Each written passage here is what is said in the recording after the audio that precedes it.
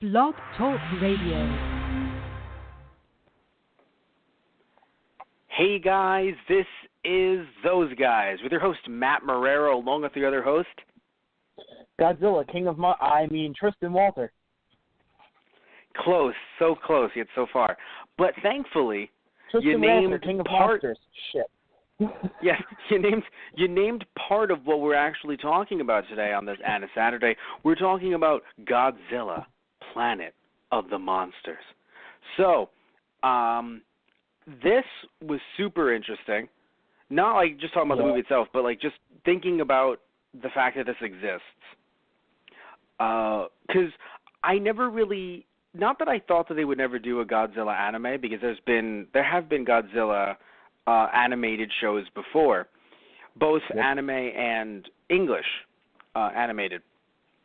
But I don't know, like to me this project just kind of sprung out of nowhere, personally. I mean, Godzilla's kind of been on the rise, and I mean, within the next year at least, we're going to have two. Well, I mean, that's the American release, the continuation of 2014. Right, of course. No, but I mean, but on the... I heard was to be pretty big too, so... Yes, no, but I'm talking about, like, I understand that it's on the rise from a tokusatsu live-action perspective, but the fact that they jumped into an anime, especially one that became its own thing, because I didn't know what this movie was going to be about. I mean, even though we talked about this a little bit on Keikaku Corner, on our kind of like our anime, mostly anime, but sometimes we trickle into, tokusatsu news, video game news, stuff like that. But, we have that over on our Those Guys on the Radio YouTube channel, just like this should be as well, right? And also we have it on the Blog Talk Radio account as well. But anyway, my point is that we've talked about it a little bit, but I didn't want to get too spoiled. But we knew that it was going to be basically Blue Gender meets Attack on Titan, essentially, which is what we got. Yeah, pretty much, yeah. But pretty much. But now here's the weird thing, though. We knew we were going to get that, but I didn't realize that it would be a completely new origin story for Godzilla as well. So I didn't realize it was its own thing. This has nothing to do with anything Godzilla related ever. I mean, it takes parts from others, but yeah, it seems it's its own story. But that's what's cool, because I didn't see that coming at all. Yeah. Yeah, it's so, not but like they were trying to fit it into any kind of like canon or anything with like the movies that have been coming out. Yes, but that's the thing. I thought that they were going to try to not tie it into the American or Japanese productions, but I thought they were going to try to just tie it into the general established lore. And they said, no, we're doing this. And it was just like, okay. Yeah. Now, it's sad to say it's actually the worst piece of media I've ever seen. I'm kidding. I wanted to see Tristan's blood boil. I can't see it physically, but I could hear it boiling. You were almost hit with an atomic blast, not going to lie. Yeah, pretty much. But all jokes aside, right? I do have some problems with this film, but I have to say though, okay. So here's the thing, right? I really enjoyed the fact that there's nothing wrong here. Podcast over. Yeah, right. I'm so sorry. You can't. No, I feel bad. Tristan can't see my hands doing like the thing. You can't see my hands just like moving around like like just lip flaps. Oh. Speaking of lip flaps, that's one thing that I wasn't a big fan of with this movie. I hope that with the next movie they give the voice actors they change the dialogue up a little bit more, or they give them more time in the recording booth. Because I don't think we had bad voice actors here, but it felt like we had people being so restricted that there was some really awkward lines or delivery. Okay. I think, I don't know if you, just a few parts, either with his sister, the main character's sister, or a few other characters, just little pieces here and there that I was like, you delivered a good performance so far, but those two lines were just really weird. Right. Just something that, I feel like maybe they could have just had a bit more leeway in the script. So I hope the next movie has a bit more flexibility in that regard, because it wasn't like the worst dub I've ever seen, of course, but it did feel like they had to adhere to a certain script, and it was, I mean, obviously, look, everyone in this industry gets a script, duh, but it felt like there wasn't time for them to go, ooh, that line didn't work. Maybe we can do it like this. It felt like there was none of that. Right. Okay. Yeah. But I think that's my only concern when it comes to the acting. And by the way, we did watch the dub. We're referring to the dub here, because we did see the dub.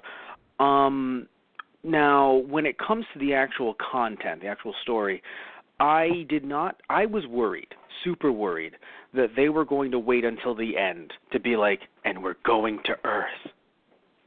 Yeah. Were you worried about that too, or was it just me?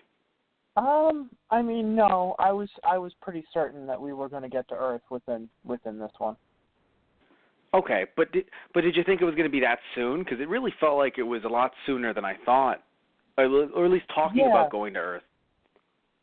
Yeah, the warp jump that they did, like, I thought they were going to be in Lightspeed for a while, but they kind of just jumped right out at Earth, and, the time had passed how they were describing it, 20,000.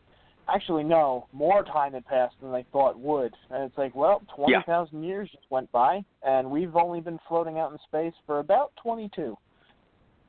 Yeah, and it's already gone to basically. Well, it's an interesting thing because, okay, so here's the one thing, not even talking about, just moving a little bit away from the whole, they got to Earth so quickly and stuff like that. I want to mention something that, to me, is a little confusing. So I know we come from a world where we're watching this as media, and we know about Godzilla overall, right? But I feel really strange when they're just like, I understand that they're saying Godzilla's like nothing we've ever seen before because no shit. Right, that's a no shit moment. But it feels like they're not living in a world where dinosaurs ever existed.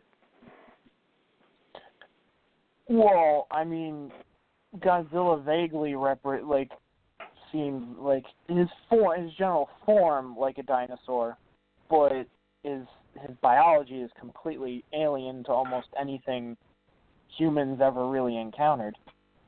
No, that's or obvious. Were able to study.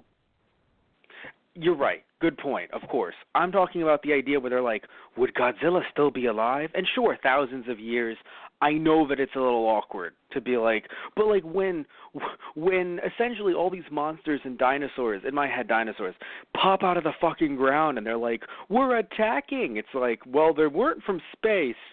They were in our crust. So we're going to assume that if we're coming back after thousands of years, there's a chance they're still chilling. I mean, I'm not saying that they should have gone to Earth. They had to go to Earth. It was just, there was this weird dialogue where it's like, well, what if he's gone? Well, what if he isn't? And I'm sitting there like, I know we're trying to be dramatic here, but like, it's a dinosaur that sleeps a lot. It's going to be there. And maybe not awake. Atomic laser beams. Yeah. Well, no, that's of course the part. I don't know. Like, I feel terrible asking you this, but like, Tristan, how long are dinosaurs' lifespans? Not I feel like it's something I should know. Years. Well, no shit. That's now. an obvious one. Well, that's a fucking obvious one. Neither do they shoot out atomic breath. But like, there was this.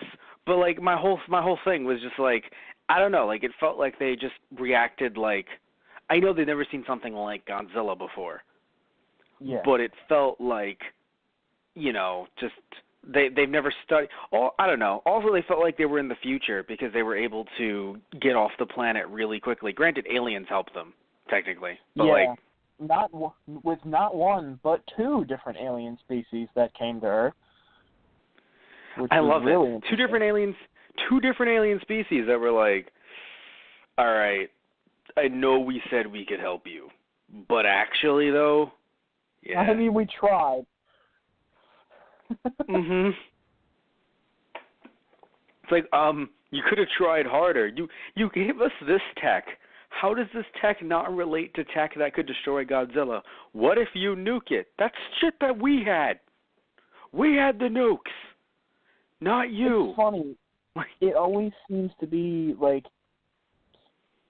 in a lot of series or a lot of movies, it always seems like nuclear weapons are still the end-all, be-all. Yeah. And it's weird in a way, because like this feels sci-fi enough where you could be like, no, we have something better. But, I mean, I guess it's just, I mean, not to say that, you know, nuclear weapon isn't powerful, but just the fact that it's proven to be non-effective against Godzilla so many different times. Granted, they were only finding this out for the first time in their universe because, yeah. But what's so funny is they've kind of made Godzilla, I don't want to say a bit too overpowered, but they made him so overpowered, they were like, we shot 148 of them at once. And what did he say? He said he wanted some milk. Like, it's just, yeah, it was, I know it's Godzilla, but I feel like they've made him into such an overpowered beast that, like, I was just sitting back like, oh, you're all going to die. In fact, I kind of want to see what other monsters might exist on the planet, because as much as I want to see the humans overcome, I do feel like this is going to be a situation where you might need other monsters. Not like a Ghidorah. That'd be funny. Ghidorah's like, I'm going to help you guys out. You look like you're in need. Oh, dude, I have only seen this first part, and I have all of the theories. I think we're going to, well, okay, if we're going to go into theories, briefly before we can go into more later, I think we're getting Mothra next film. That's just me. That's a possibility, yeah. I think we're getting Mothra. If we're not getting Mothra, then that girl, that woman who saves our little anime protagonist. Oh, right. Okay, I see what you mean now. Yeah, that would be interesting. Yeah. Well, you know what it is, too? At first, when I saw her kind of just around in the jungle, my thought was, oh, humans survived, which was obviously, you know, good, right? Right. But now it's not just that. Because of the color of her skin, she reminds me of either the islanders in on Mothra's island, or King Kong. Right. It's funny, though, because, like, well, would they go for Kong? Well, probably not. But also, the King Kong movie is coming out with Zilla, so, like, would they tie it in for cross-promotion, for synergy? I don't know. All I'll say is this much, Tristan. I'll just put this out there. On a planet where they shot 148 nukes, and Godzilla literally fucking sweats radiation, I wouldn't be surprised if there were some fucking gorillas, some apes, right, that were like, oh, dang, this is radiation. You know, well, we're kind of growing quite large. But to be fair, you know, I think King Kong is the farthest thing from anyone's mind. I mean, we're hearing rumors about the next movie potentially having Mecha Godzilla, which would make sense because they kind of laid the seeds of, oh, well, you know, if your Mecha Godzilla would have worked, then maybe we would still be on Earth. And that was super interesting. I was like, oh. I was like, I was interested in that too. It's like, oh wow, we already tried Mechagodzilla and we couldn't get it off the ground, and that failed miserably. Wow, that's usually like in the older, you know, Toho movies. It's like, no, Mechagodzilla is usually the, you know, ace in the hole. It's the only thing that they can actually send out against Godzilla that does any good. But that's the good thing. Like, wow. But that's the but that's the interesting. No. But understand, they didn't use Mechagodzilla. They couldn't get it working. No. Yes. But that's what's amazing. Now that they're back on Earth, it's just like, hey, where's the base? I assume that's what's going to happen. I assume our little anime protagonist isn't the only one that lived. I assume there are others. Yeah. You know. I would assume so maybe for all we know. they'd either be able to build a new one or find, the remains of the old one and try from there too.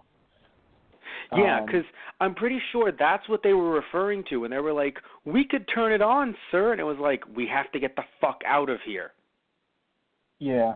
That might have been Mechagodzilla they were talking about. Possibly. Because I don't know what else they would throw at Godzilla that isn't just to push a button and walk away, other than Mechagodzilla. But I think the saddest thing. Speaking of what? Yeah.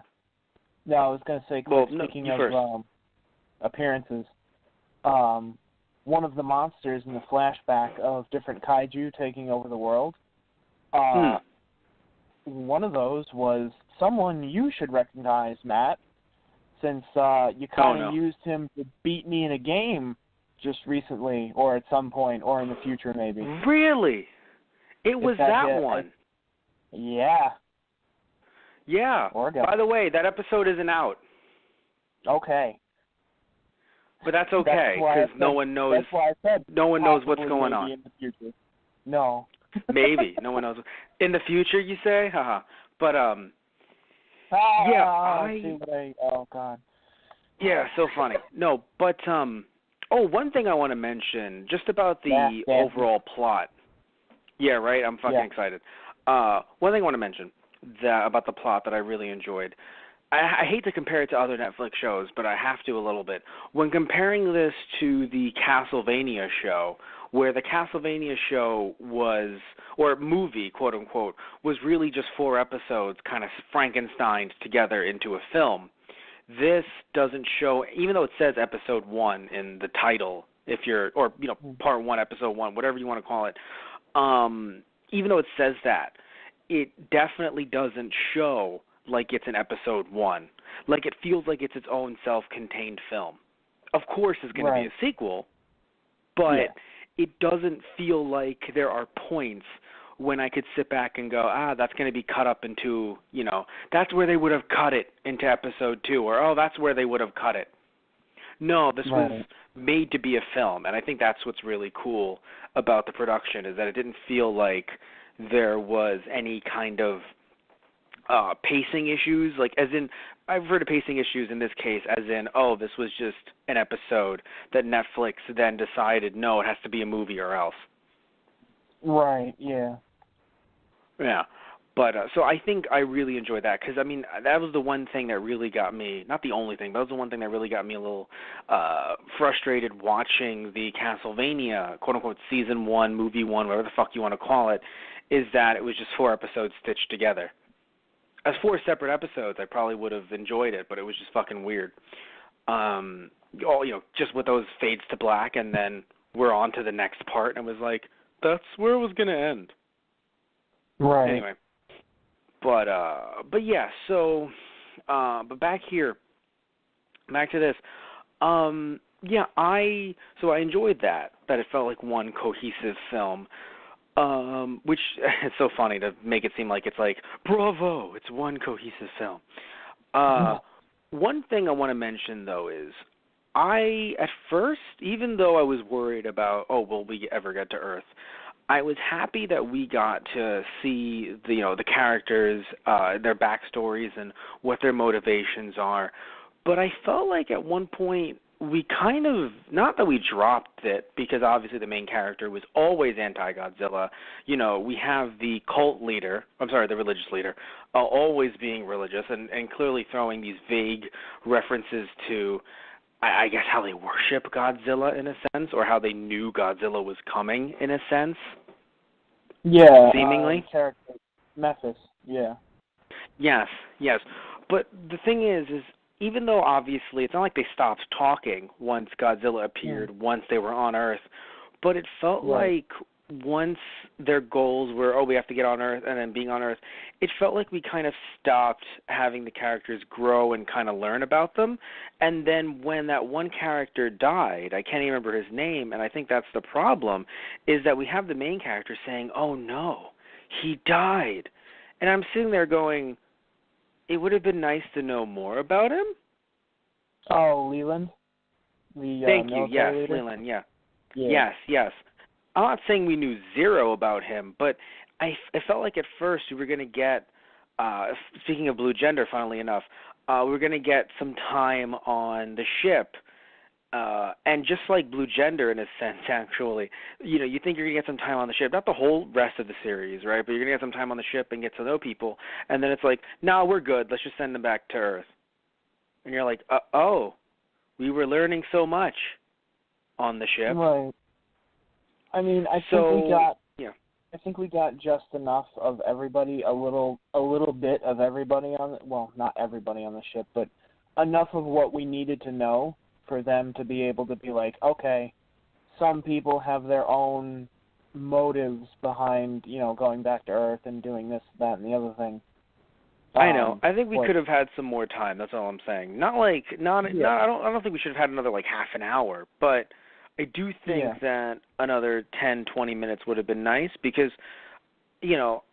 when they get to Earth, it's also strange that, again, people need to be stationed outside, I guess, yes, but it was so interesting how they were like, oh, everything seems just fine. Oh, no, monsters! And I'm looking at these monsters, and I'm like, y'all demons. Get the fuck off this planet. Those are demons. And even they didn't even know. They're like, well, what are these monsters from? And I'm just like, if you don't know where they reproduce from, you should leave. Well, but, that's kind of the thing they're arguing about back and forth. It's like, we are woefully underprepared for this. We need to leave. But, the main character also going, it's like, if we leave now, this will all have been for nothing, and we won't get another chance at this.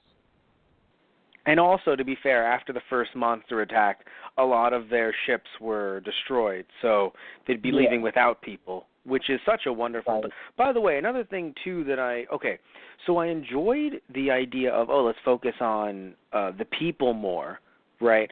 But what I didn't enjoy is this idea, and maybe, I don't know if they're trying to push that it's the main character just kind of... not hallucinating, but the main character kind of just being pushed to his limits early on. But I was fully on board with the idea, not that I enjoyed it, but I understood it, and I said, well, that sucks, but I guess it's how it is. The idea that the government on the ship is trying to, to help out, to kind of keep their rations in check, are killing people. Right. Yeah. I thought that was kind of the thing we were supposed to, and maybe that'll be picked up in other films, but I thought that was something we were supposed to expect, and then that was going to be a big issue throughout the movie, and it felt like that kind of was dropped, and I'm sure it'll be addressed in later films, but, and I assume that obviously we know the second one is coming, so it doesn't seem like this is being canceled, but But it really felt a little frustrating because then you have the main character saying, "Oh no, I shouldn't judge my comrades," and I'm like, "What? Well, that was your grandpa," I thought. Yeah, it's basically he's trying to put aside, or for me, it's his Captain Sakaki is trying to push aside his doubts about the Central Committee because.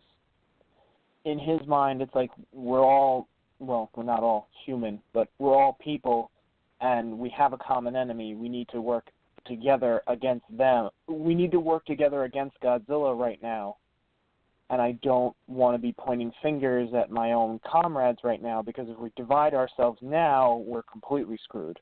Not that he's, obviously he's still angry over the people that were lost. Like you said, his grandfather was there.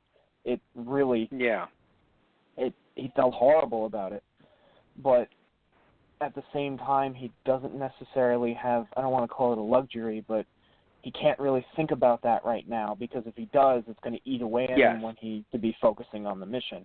And I feel like like you said, it is going to become, there's going to be a point where that comes to a head, where, we might have, humans splitting into two different factions, kind of like, again, a little bit like Blue Gender. It's like, people, we need to return to Earth or we need to stick to the space station, So that's going to come to a head at some point, and it's going to be revealed whether the Central Committee is like, no, we had to do it for, everybody else's survival on the ship. We had no choice. Sacrifices have to be made. We don't have enough resources. Or whether it was a bit more malicious. So maybe it's just something that's a little bit lost in translation because, to me it came off more as, you're right though, it's the idea that like, we have to, not that I trust them necessarily, but like, I want to destroy Godzilla. But it just came off as, hey, we introduced a really good plot point, but we're not going to address it. It's like, I would prefer that you do. In the same movie. I mean, I understand what it is for me? It's one of those things where, like, I'm cool with things being, like, a trilogy and stuff like that and continuing, and being a continuous plot or continuous story. But it's always strange to me when a movie, it doesn't matter what movie it is, it doesn't matter if it's a good movie or a bad movie, when they sit there and they go, well, we're going to make the next one so we don't have to address that right now.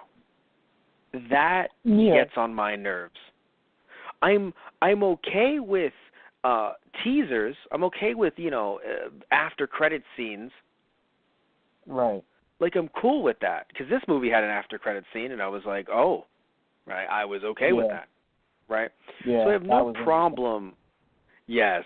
So I have no problem with after credit scenes in that way. But I do have a problem. I mean, I forget. Did you see Batman versus Superman? No, I did not. All right, good. You've lived a good life. But in the middle of the film, Batman basically has a kind of like a vision of like what's going to come and like basically like what evils are going to come, and he wakes up from this dream, and then the Flash actually like sticks his hand out of like a portal or something, and it's the Flash that same actor that would be in the Justice League movie, and he says Bruce, and he's looking at him, and he goes, wait, oh, I'm too early, and then just disappears. What? That would be an amazing after credit scene, but that was in the middle of the fucking movie. Right. Oh God. No bueno for me. It's like I don't like that. So in a similar vein, in my opinion, just the idea that we're going to introduce that in the beginning of the movie, and we'll get to it next time. Now, granted, to be fair to this production, we're getting the next Godzilla movie or Godzilla part. We're getting that in March. So, yeah, I know. You just was like, well, we have Tristan orgasming on camera or on mic. But it's funny, though, because you didn't look that up. I had to look it up. And I was like, because I asked you. I was like, do you know when it's coming out? You were like, I have no idea, man. As if like we're going to wait 4 years.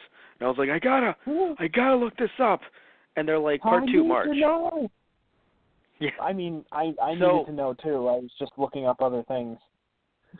So to be fair, actually, no, wait, I'm sorry. I said March. I meant May. It's February, March, April, May. Yes, May. It should be May. Okay, let me check again. I'll check again. I'll check again for you. I mean, to be fair, I should be happy that it's within the same year. Yes. But let's see. Yeah. So yeah. While you do that quick, you were saying like different plot points coming up, and the idea that the two alien races that come to Earth seem to have their own agenda about possibly taking over the Earth with I believe it's the Exif and the Belisalado, I think. Yeah. So I'm confused. Can you help me out with? By the way, I want to mention before I even ask you this question. It is in May. My bad. Okay. But still, same year, and not even same year. Yeah. Under 6 months. Yeah. I'm okay with that.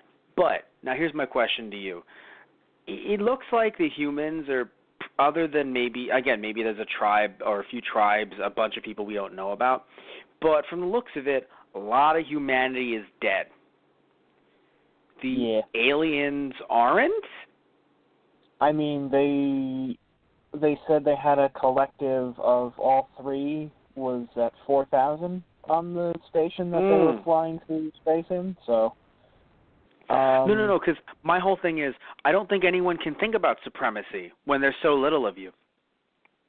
Yeah, it's like if Vegeta. Imagine if Vegeta, we're jumping to Dragon Ball Z. Imagine if Vegeta at this point said, "I'm going to rule the planet in the name of the Saiyans." Goku could be like, "You mean all 5 of us?" Yeah. And that's how I think of it. And the other 4 of us really aren't that interested in that. Shut up, Kakarot! Just Trunks comes back from the future. Do I count as 1 or 2? Stop it. Oh, my God. You get back in your future room, son. I feel like this was a plan more so when they first came to Earth and had more numbers. Now it's more like, yeah, we need to survive along with the rest of you. And God, that must have been that must have been so funny. I just want to mention, just briefly, how funny must have I don't know. I find it funny, and I know it's the death of like a species. I don't want to laugh too hard, but the idea of just like our planet had problems. We've come here. You know, if you give us the planet, we'll help you with your monster problem. It's like, well, what was that?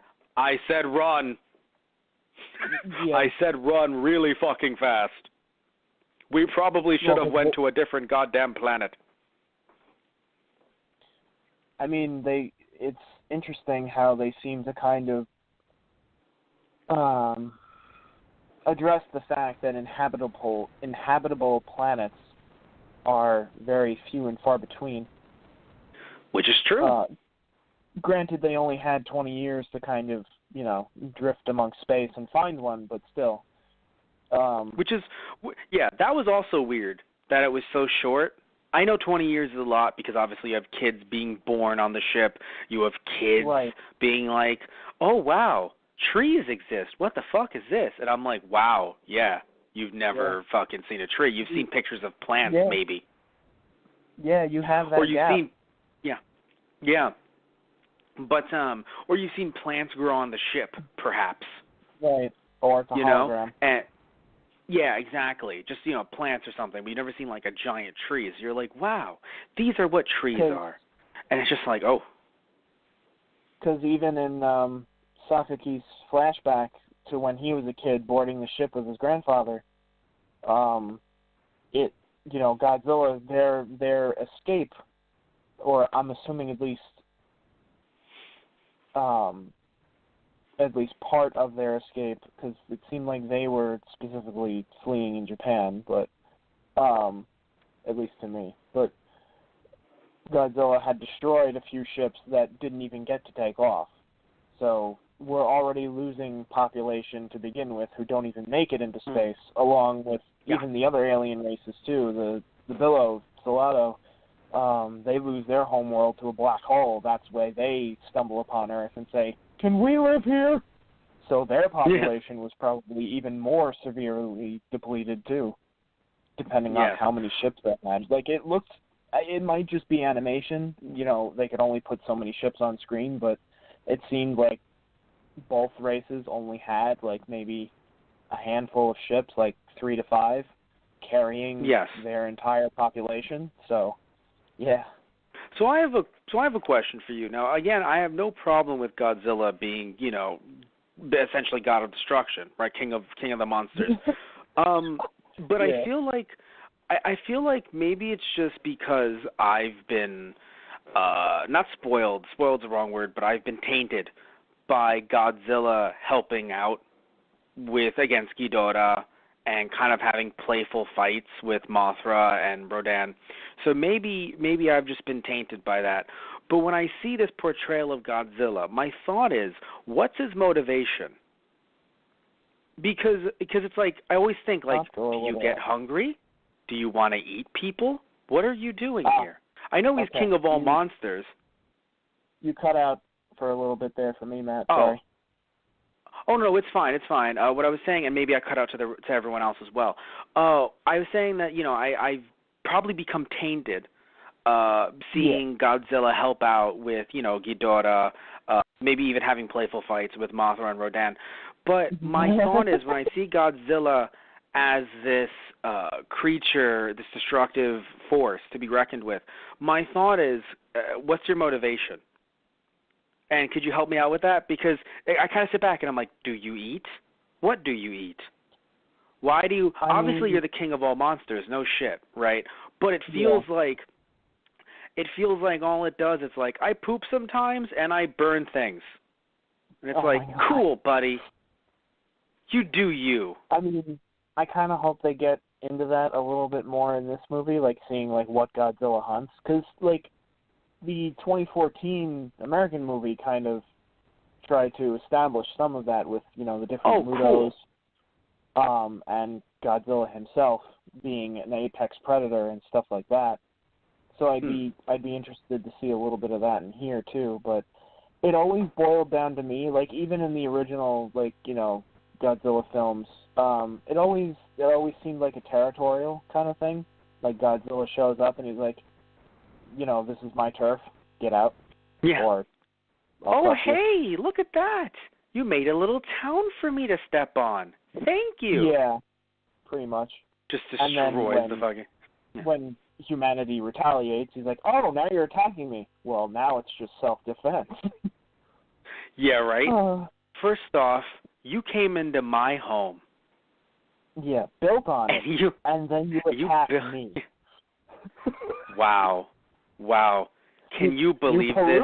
Rodan's like, killed my fucking wife. Can you believe this, Godzilla? Oh, God. Can you imagine that? Godzilla is just the mafia boss of all the Earth monsters, and they're like, Rodan calls up, Big G, they got my wife. What? All right, we're not going to stand for this. He's like, get the weapons, get the Tommy guns and baseball bats and Molotovs. We're going to teach those people a lesson. I just imagine Godzilla's kid getting married, just... You come to me on the day of my son's wedding. I'm sorry, it's Godzilla. It's more so like...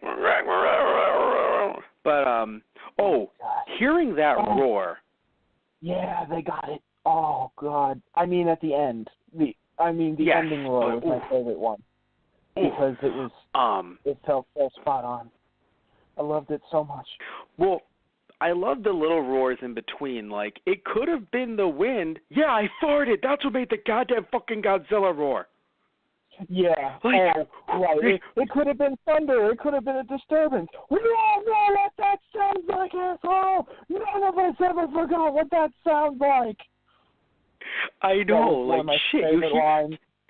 Well, because it's not like they heard the roar once and they were like, you know, I may have heard that at one point. Like, no, they're fucking running from that 24/7. Right. Oh, God. It's hilarious. It could have been thunder. I will slap the taste out of your mouth. Like, could have been thunder, my ass. I thought he was just going to kill him right then and there.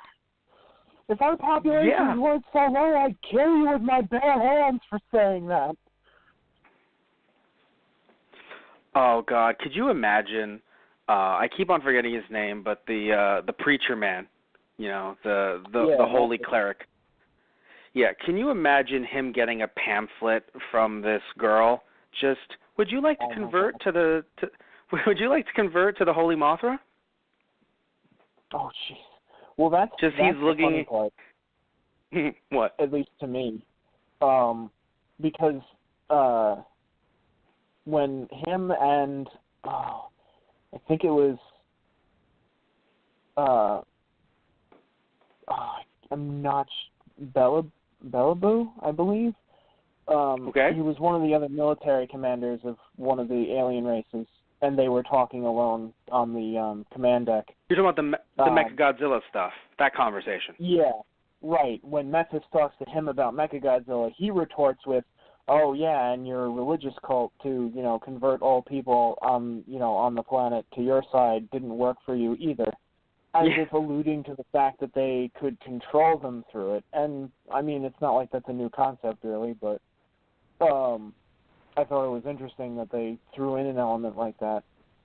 One of them is going through kind of a pacifist route, but slowly drawing all of humanity to their own side, where the other is entirely militaristic.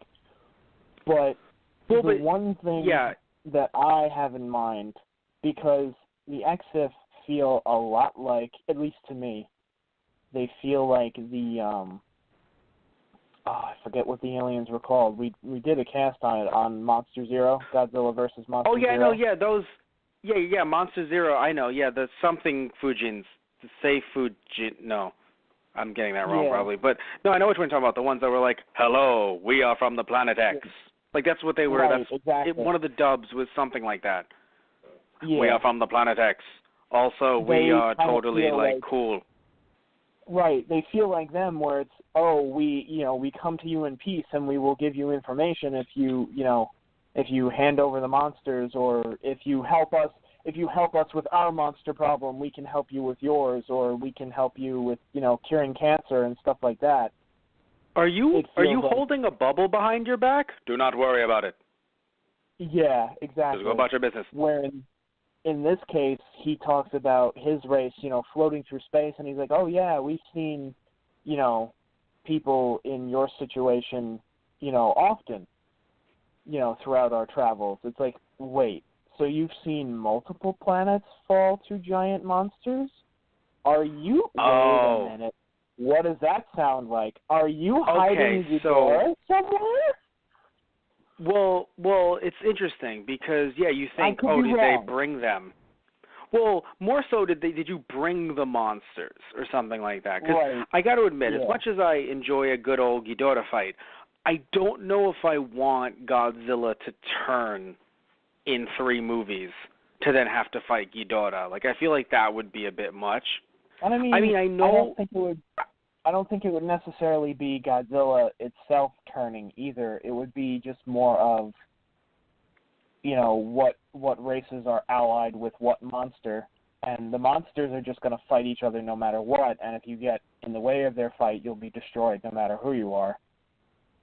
All right. I could see it. I just prefer, I think, having Godzilla be the main threat that they have to overcome, with other threats down the line. Like, in no way am I against, like, Mothra or Rodan appearing. I just feel like when you introduce Ghidorah, people team up and you start to assume things. Yeah. Right. Like, in no way would I see Godzilla versus Ghidorah and think, yay, Ghidorah, you can do it. Yeah, so but that's what that's my take on made it. Me think of. Yeah, that's what Nephis made me think of when he was referring to, Godzilla as this, the divine retribution. It's like when people start to think that they, fill the role of the creators, and, nature and the heavens strike back with a giant monster. Yes. He kind of that's the interesting thing. Godzilla as, a destructive force of nature, and it's like, are you going to revere other monsters too? Okay, no, because for me it feels like he accepted it so quickly. Instead of thinking, are you bringing Ghidorah to the fight? It's more so like, did you know they were coming? Were there biblical texts? Or are you just taking, other biblical texts out of context? Well, because the thing is, you know how it is. Sometimes there are religious leaders that are like, this, religious text says that everything's going to end in 2012. And 2012 rolls by, and everything's fine. And they're like, did we say 2012? Actually, the calculations say 2013. 2013 rolls by. We're all fine. Right. I meant 2020. All right, we'll have to wait and see this time. Didn't happen in 99 either. But yeah, so the point is that, is he taking, like, biblical texts out of context, or is he, like, did he know that something like this was going to happen? Right. Because that's what's interesting to me, is that he... Yeah. That feels like a whole other subplot or a plot point, to me as well, that's going to slowly build itself up and reveal itself at some point. Yeah. Oh, I wanted to mention to you, and of course everyone listening, you're here too, guys. We finally, you're here too. What I found what I didn't enjoy, because I mentioned earlier, like, I wanted them to follow up on the plot of, is the government on the ship, are they the real bad guys? Well, I wanted them to follow up on that plot. I preferred it not being there at all. I know we're not going to have everyone be a nice person. I get it. Right. Duh. The rations are low. I get it, right? I do. But I don't know if we need to fit in, even if it's, in all three movies, kind of spanning all three in a sense. I don't think we needed to include a subplot of a potential tyrannical government or a bad government. Okay. I don't think we need to include it. I don't think we need to, because personally, I feel as if when we're looking at, who is the bad guy here, it should 100% of the time be Godzilla. Right. We don't need to sit there and then think, I know in zombie movies or in zombie media, it works best to not just have the zombies be the bad guys. It's always good to have human antagonists as well.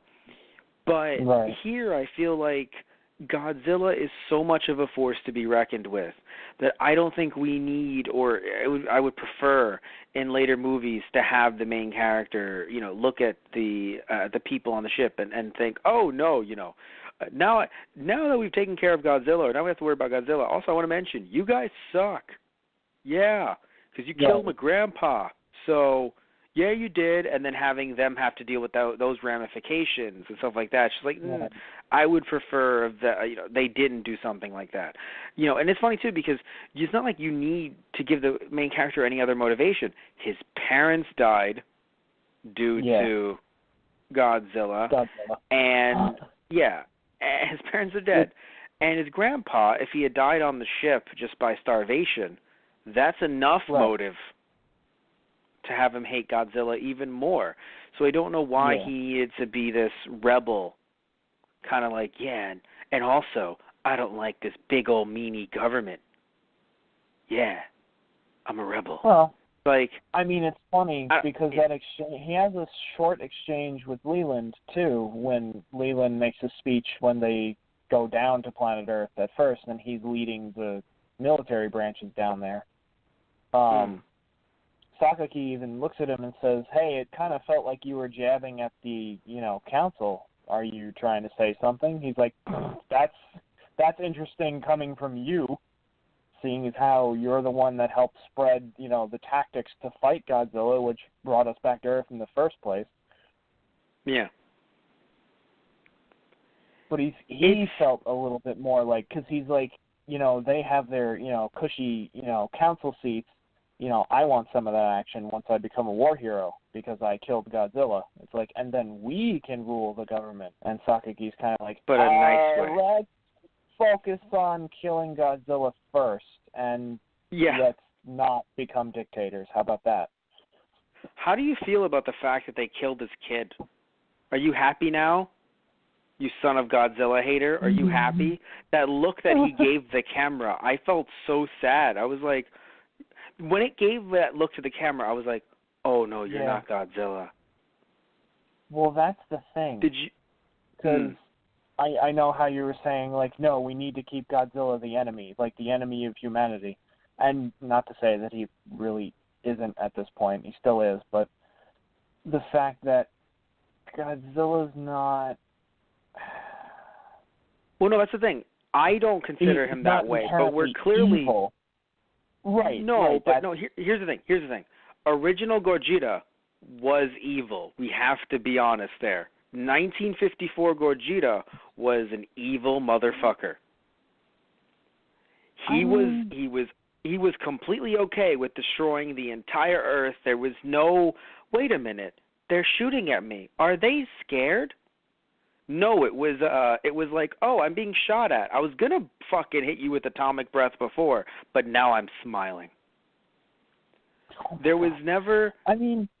That's the way I look at it. Once the movies progress, that's when we start getting more of a moral quandary. Godzilla's like, I think, therefore I roar. So, he starts to grow. And then we get other monsters in and stuff like that.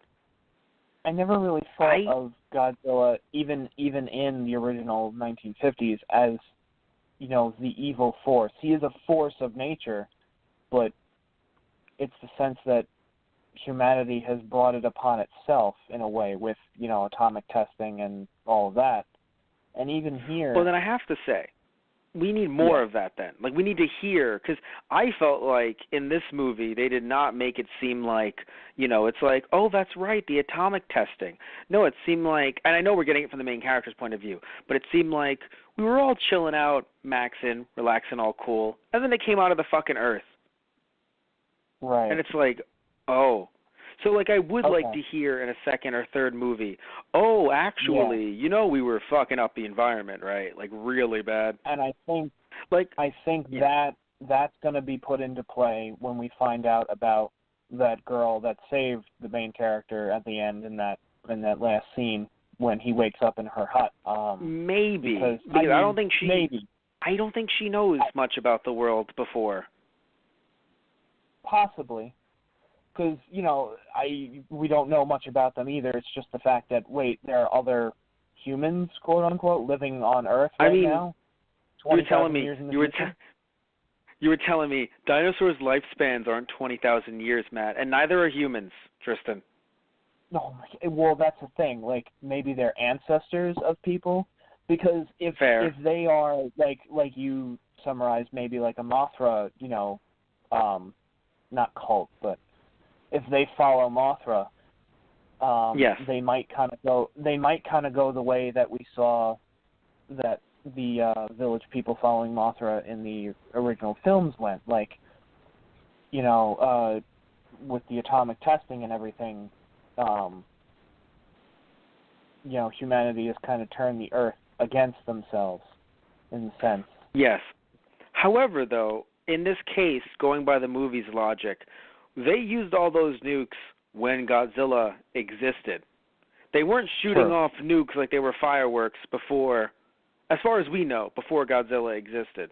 As far as we know, the Earth was the way our Earth was, exactly. Yeah. And then out of nowhere, disappeared. Like, it made more sense in the It made more sense in the 1950s after what we did. Yeah. Why Godzilla appeared.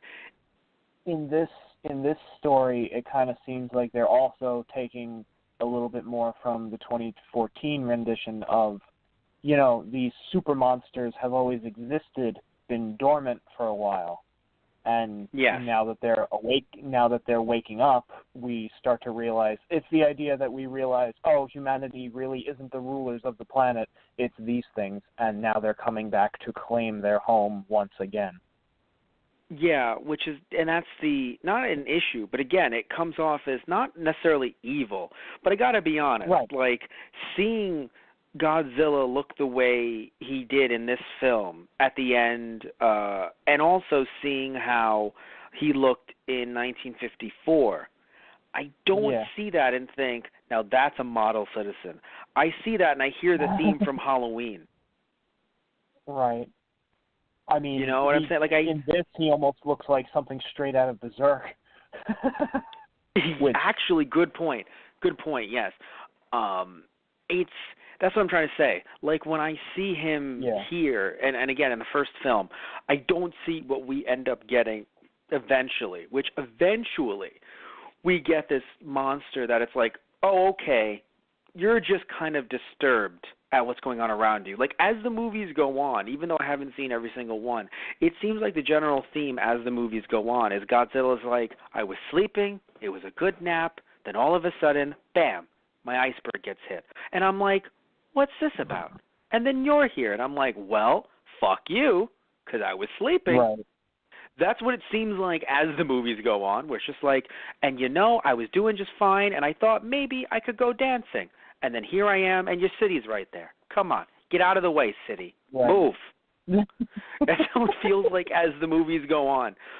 But the first one feels more like, I will destroy your town, I will kill your children, and then I will kill you. That's how the first one feels. Like, oh, shit. Like, we fucking... Now, even if it's the people's fault, like, oh, our testing awoke in him, still, like, ooh...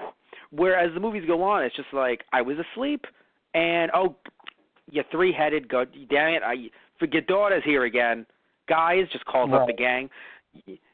Are you looking up right now? I see it. It's that asshole flying again. But yeah, so that's my take on it. Maybe I'm wrong. Oh my God. That's my. And by the way, Ghidorah, all three heads, fucking the Three Stooges. Oh my God. But they're all just. That's why they get tangled up so easily. Oh jeez. But no, but seriously though, right? Maybe it's just me. I haven't seen every movie. I'm sure other movies, especially that 1985 one that tried to bring everything back to the roots. I'm sure he was, a bit more of a force to be reckoned with in that movie. I think it was. I think in the U.S. it was called Godzilla 1985, but I think it was just Godzilla in Japan. Yeah. I'm sure a movie like that kind of brought everything back to its roots. Shin Godzilla also. If you've seen the trailers for Shin Godzilla, it brought it back to, I am a force to be reckoned with. I'm going to wreck all of your shit, right? Yeah. Where, to me, I don't look at, I wouldn't, okay, do you remember the dancing Godzilla when he was happy? Oh. Yeah. Even though it exudes radiation, I would pat it on the back. That's what I'm trying to say. Right. I'd be like, how you doing, buddy? But when I see 1954's Godzilla, you get radiation. Yeah, right. Basically, when I see 1954 Godzilla, when I see this Godzilla, when I see Shin Godzilla, and by the way, I haven't seen Yeah, exactly. I haven't seen 2014's. To be fair, I'm sure I pee myself a little bit, just a little bit. But when I see the Godzilla, that's why I look at it as more of an evil being. And I know force to be reckoned with, but or just a force of nature. But I think they really need to solidify that in the next two movies, because someone like me, maybe you can call me a simpleton if you will, you can call me a plebeian, it comes off as, oh, Godzilla's evil, so we need to stop Godzilla. Well, I guess the best way that I could put it to you is think of him like an earthquake or tsunami or lightning storm, that kind of thing. We try to stop those. At least, not stop, but I know what you mean. Though. Good point. We can only really prepare for them in a sense.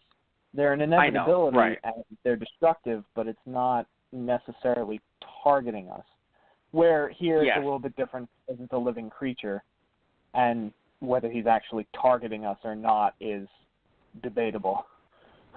That's the thing, because it feels like in some movies it doesn't feel like he's targeting us. It feels like we are legitimately in his way, and he's a little upset. In certain movies, though, especially this one, it feels like I don't know, I feel like if he was just walking in this movie and he saw people, he wouldn't be like, oh, these are ants. Go away, ants. I'm going to walk away over here. No, it feels like he'd be like, oh, I'm going to fucking kill you. Oh, no, he's going to eat us. Oh, I'm not even hungry. I just don't like you. Right. And that's where there's a difference, in my opinion. Okay. Where, certain versions of Godzilla feel like, hey, I'm destroying your town, but if you don't shoot me, I won't shoot you. Right. Where this one actively feels like it's gunning for you. Right. And maybe it's also the other monsters that are hungry, and maybe it's because they're also gunning for them that maybe my perspective is being skewed because we haven't seen much of this Godzilla. But again, I don't know, because it's very also when you put a protagonist who's been, his whole life has been destroyed by Godzilla. All of theirs has, yes, but his in particular that we're following, it's going to be very hard to try to be like, no, he's just a force of nature, throughout the films. It's going to be like, okay, a force of nature I want to kill. Are we? Yeah. You know what I'm saying? So I think it's going to be hard because, are we really going to have to go through a journey with him where at the end of the third film he's like, you know what? I just have to accept Godzilla. I mean, it feels like it's a possibility that they might bring about the idea, but I feel like it would be more of an idea of coexistence. not necessarily him forgiving Godzilla or letting go of his hatred, yes, and just going on with his life. I don't know exactly how to describe it, but that's the problem. But it would only work if it was just Godzilla. The problem is that now, because it's fucking, 20, how many years in the future again? 20,000? Right, yeah.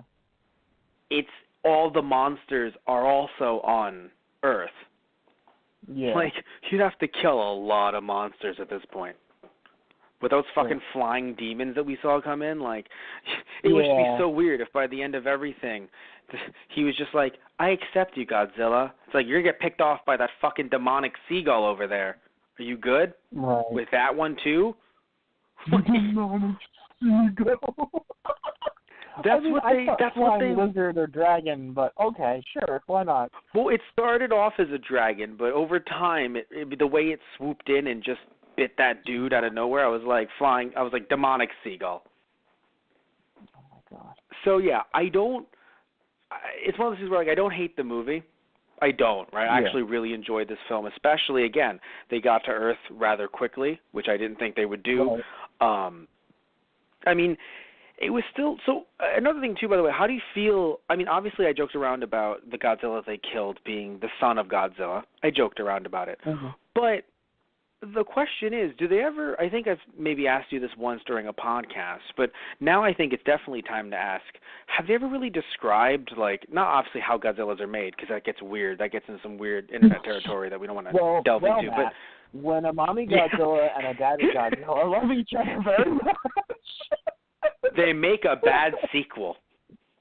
But I haven't even seen the movie. I just heard you hating on it a lot.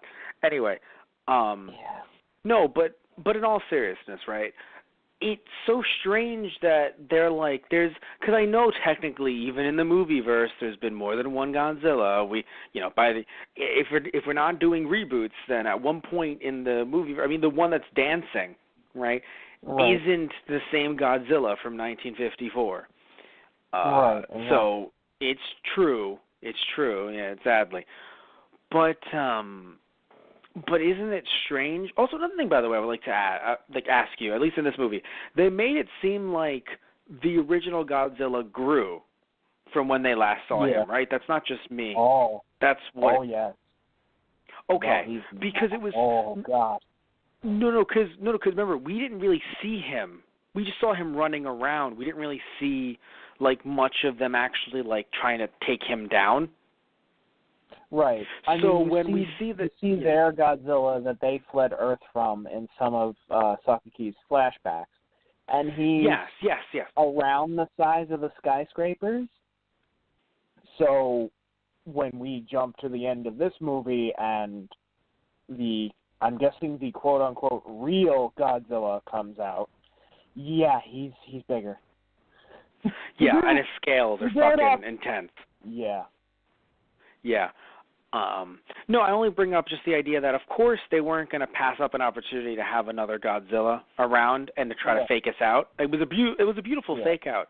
Even though I'm sitting here going, I saw it coming, doesn't mean it wasn't beautiful in the way that they, tried to fake us out. Because I actually thought that they were going to run away and that the nukes weren't going to work.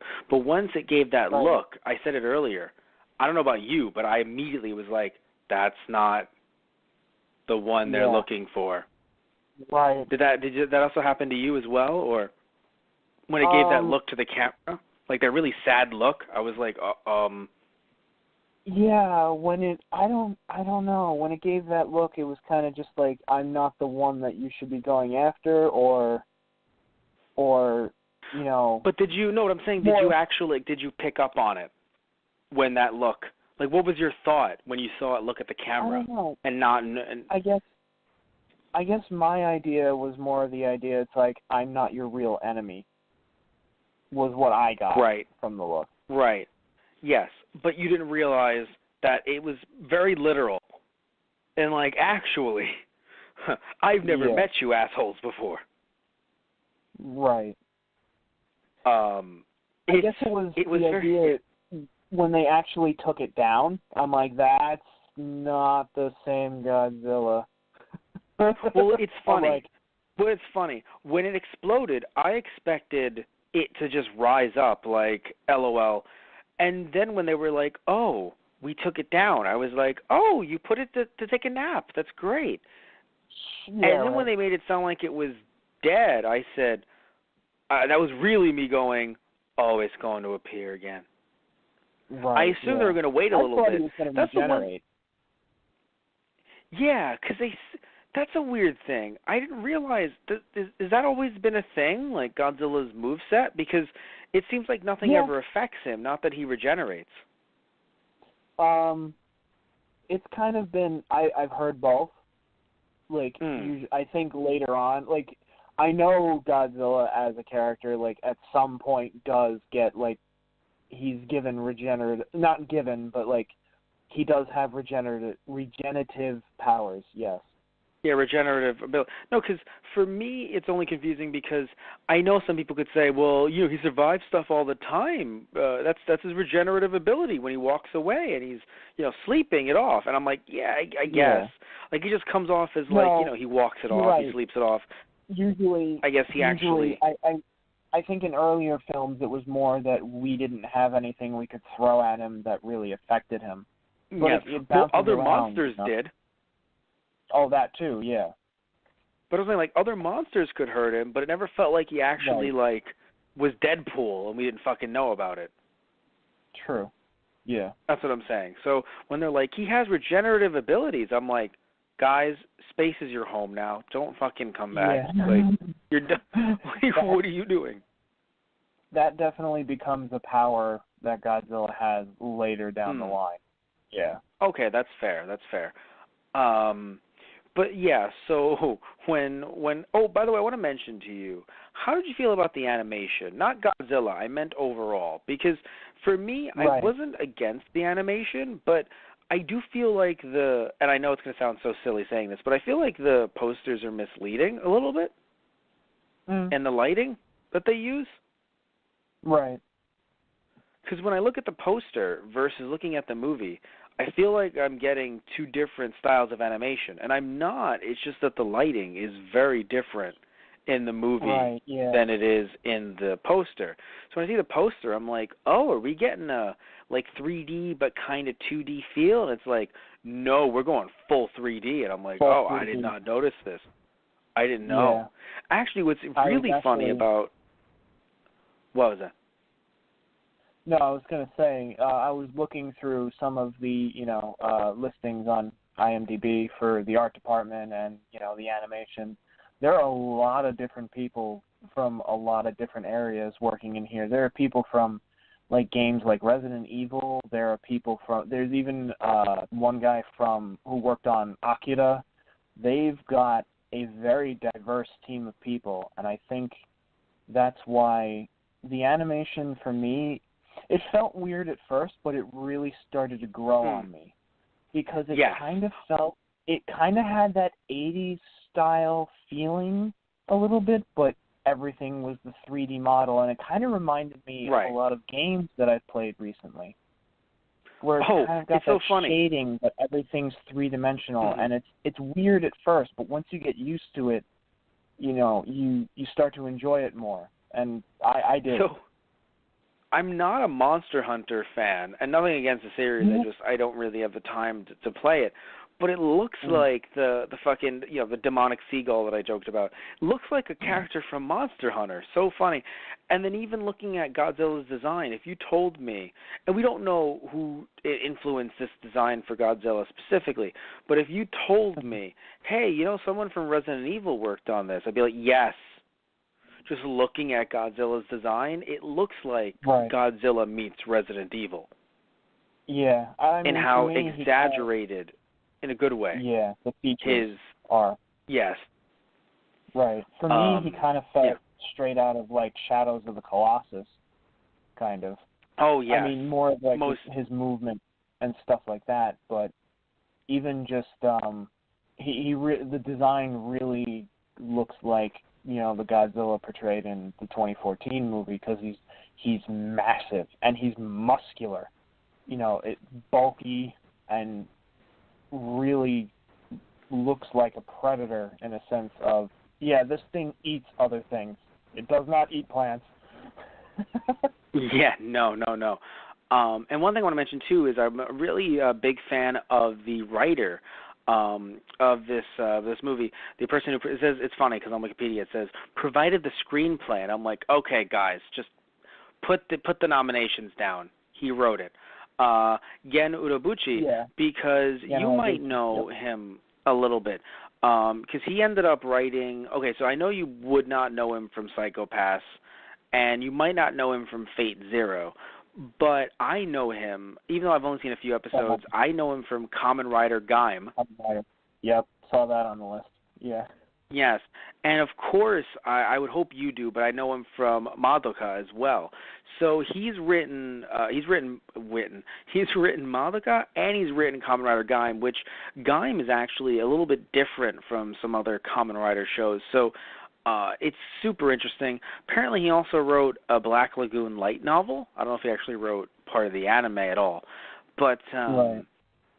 But yeah, no, I'm just saying that it's super interesting, the stuff that he's done before, and I really think that if you're a fan of some of those works that he's done, I think you're going to like this movie, and if you're not, I mean, you should still check it out regardless.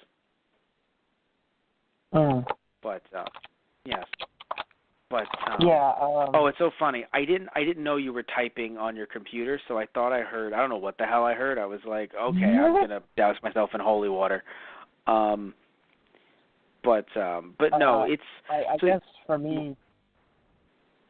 Sorry, were you gonna make another point about? No, writers, just gonna say that I've enjoyed his work. So I think that when I realized it was him, when I looked up that it was him, I thought, oh wow, that's brilliant. But anyway, right. back to what you were saying. Yeah, I was just going to say, looking at different names that are appearing, in at least the English dub, we've got a really interesting cast list of people who have been from, things ranging from a bridge series on YouTube to, animated cartoons that have been coming out recently. As we wrap this up, could you talk about some of those people, because they're listed on IMDb. So nothing against something like Wikipedia, and not anyone, but certain people can edit IMDb still. But there are some names that you've seen on IMDb that you need to credit someone with that. So it's not like you would just put in a random name like my name, and just be like, Matt Marrero was in this movie. Like, there is some a little bit more security than something like Wikipedia. Although Wikipedia is even trying to up their security with in certain ways. But can you please name some of these names, because I don't know some of them, and other ones I do know. But anyway, please continue, because you're the one who came to me about this. So I want to hear. I think the fans should know. Well, the first one on my list is Chris Niosi is actually the voice for Haru Sasaki in the dub, and I've been following his work for not for as long as some other people may have, but he's written and animated for a really pretty decently popular web series, Tome, Terrain of Magical Expertise, which he's working on a game for now. There was a Kickstarter for it just recently.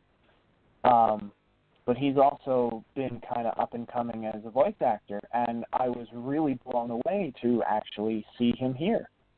So is he based in LA?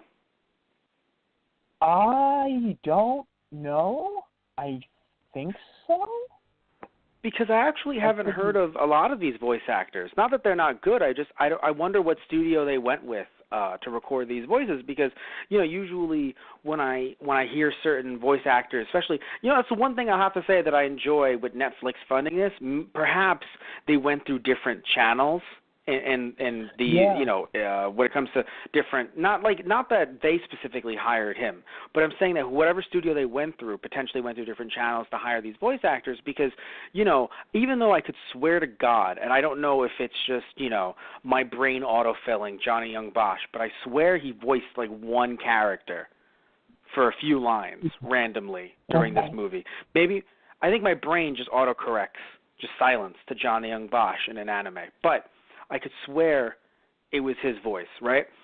But other than that one voice, I feel like another studio would have gotten, I don't say the same old, but would have gotten bigger names in, that they've worked with before that are big in the industry.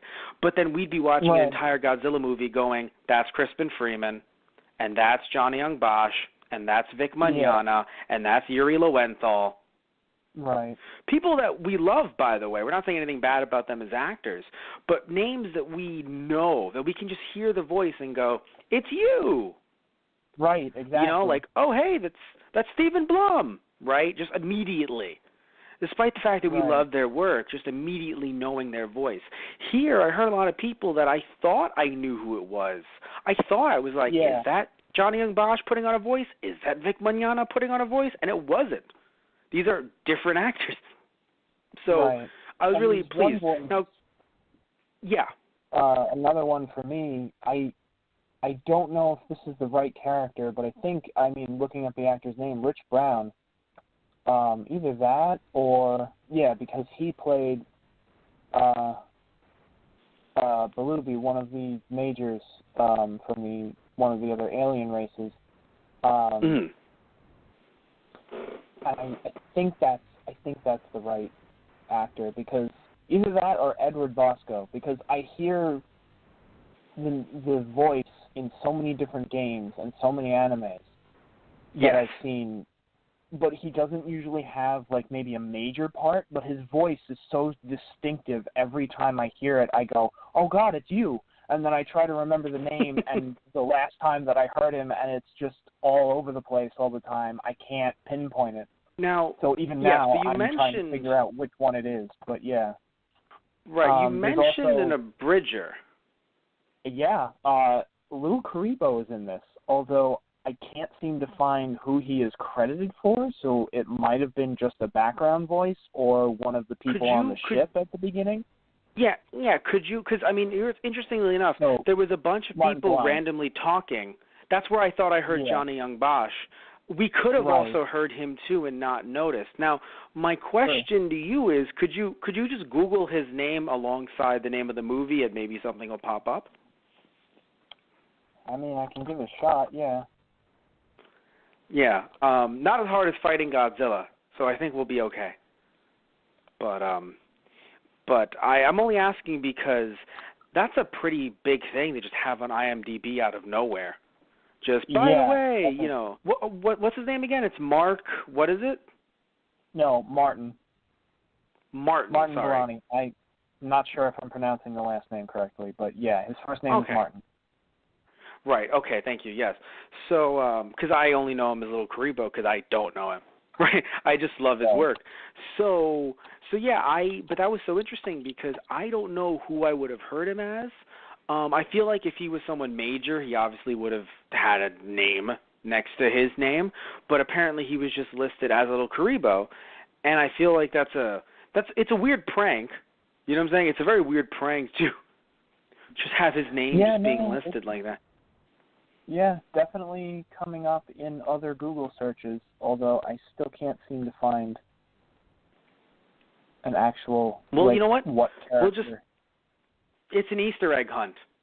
Just, hey, everyone, go see who he is. Yeah. Just try to find out who he is.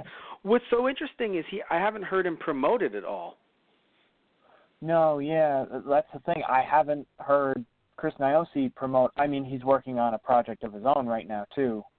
But I haven't heard anything promoting him or him promoting this either. That's awkward. And it feels so weird. Another big voice in here that seems to do. He was in Final Fantasy 15. He's been there's new Marvel Spider-Man anime that's been out. Robbie Damon. I don't know him specifically, but and by the way, he seems to be an up and coming. A lot of these people are up and coming, and I really actually love that that's happening. Yeah, of course. Same as do I. one thing that and it's interesting though, like I always find it strange. We're gonna wrap things up soon, guys. Don't worry. But I always find it strange when even if someone isn't as famous as a a Chris Sabat, right? As someone as large and as big as a Chris Sabat, I still feel weird when either someone is super duper big in an industry or when they're, again, not as big, but when I don't hear that they're a character, like, or I've never heard, like maybe you could find like one interview of his or like one con he was at, but it's always so, or one of these, these actors were at where they said, yeah, I'm in Godzilla, but it's just so strange that we haven't heard anything about them being in this. At least the ones that you know about and that I know about. Right. And because you know what it reminds me of? I don't know if you know this, but Nicki Minaj was actually, and I'm being serious here, dead serious, Nicki Minaj was in Steven Universe. She actually played a fusion between two characters. And we never heard her do an interview about it. It was Nicki Minaj. She's credited. She might even like the show. I don't know if she does or not. That, I think, is more of a rumor. But she was on the show, and I don't think we've maybe gotten half, like a couple seconds of an interview of her saying she was on the show. Super strange. Right. Like, I always find it so strange when, like, I know she's not going to go, Nicki Minaj isn't going to go on, like, the Stephen Colbert, like the Late Show with Stephen Colbert, or, Jimmy Kimmel's Late Night Show, or something like, just a late night show, and talk only about her Steven Universe upcoming 3 minutes, right? Right. I get it. And a lot of these actors, we're not going to have them be, sadly, we're not going to have them be on a late night show like Colbert, but cons exist. A lot of online media exists that end up bringing in, different actors and stuff just to do, small little interviews and podcasts like ours and stuff like that. So I think it's very strange that, we haven't heard much about, or that they haven't taken to their own social media platforms to say, I'm in Godzilla, and be like, yeah, you are. Super strange. I mean, it might the whole wiki list is fake. The whole IMDb list is fake. That's what it is. I